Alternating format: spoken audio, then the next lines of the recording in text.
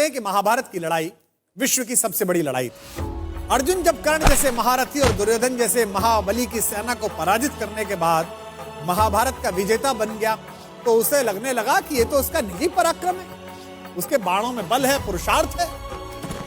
अर्जुन मन ही मन इस बात पर इठलाते हुए अपने रथ पर सवार होकर युद्ध भूमि से लौट रहा था। जब अपने शिविर के आखिर में पहुंच गए तो उसके रथ पर बैठे हुए मधुसूदन सारथी भगवान श्री कृष्ण ने कहा, पार्थ, रथ से नीचे उतर जाओ।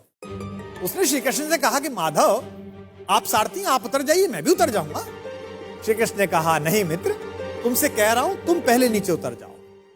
जब यह विवाद थोड़ा बढ़ा तो अर्जुन के ठीक पीछे खड़े हुए धर्मराज युधिष्ठिर ने कहा, द्वारिकाधीश अगर कोई बात कह रहे हैं तो उसमें कोई संकेत है। अर्जुन को कुछ समझ तो आया नहीं। भ्रकुटी पर ताव देकर थोड़े अनमने भाव से अर्जुन रथ से नीचे उतर गया। अर्जुन के नीचे उतरने के बाद सब लोग जाने लगे तो कृष्ण जैसे ही रथ के नीचे उतरे, रथ में एक भयंकर विस्फोट हुआ और रथ छोटे छोटे टुकड़ों में बट गया। विजय का सिंहासन सामने देख रहा था जो अर्जुन, जिसके सिर पर विजय का ताज था, उस अर्जुन ने पलट कर देखा तो माधव मुस्कुरा रहे थे और रथ जल रहा था।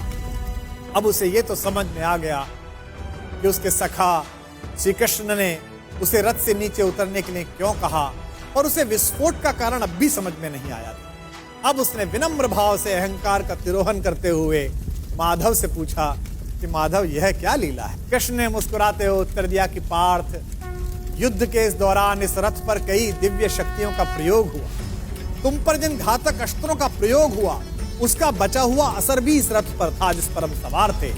लेकिन वे सारे अस्त्र शस्त्र और वे घातक शक्तियां केवल इस कारण से काम नहीं कर रही थी कि मैं वहां उपस्थित था। अगर आज मैं इस रथ से तुमसे पहले उतर जाता अर्जुन, तो इस युद्ध को जीतने के बाद भी तुम जीवित ना हो।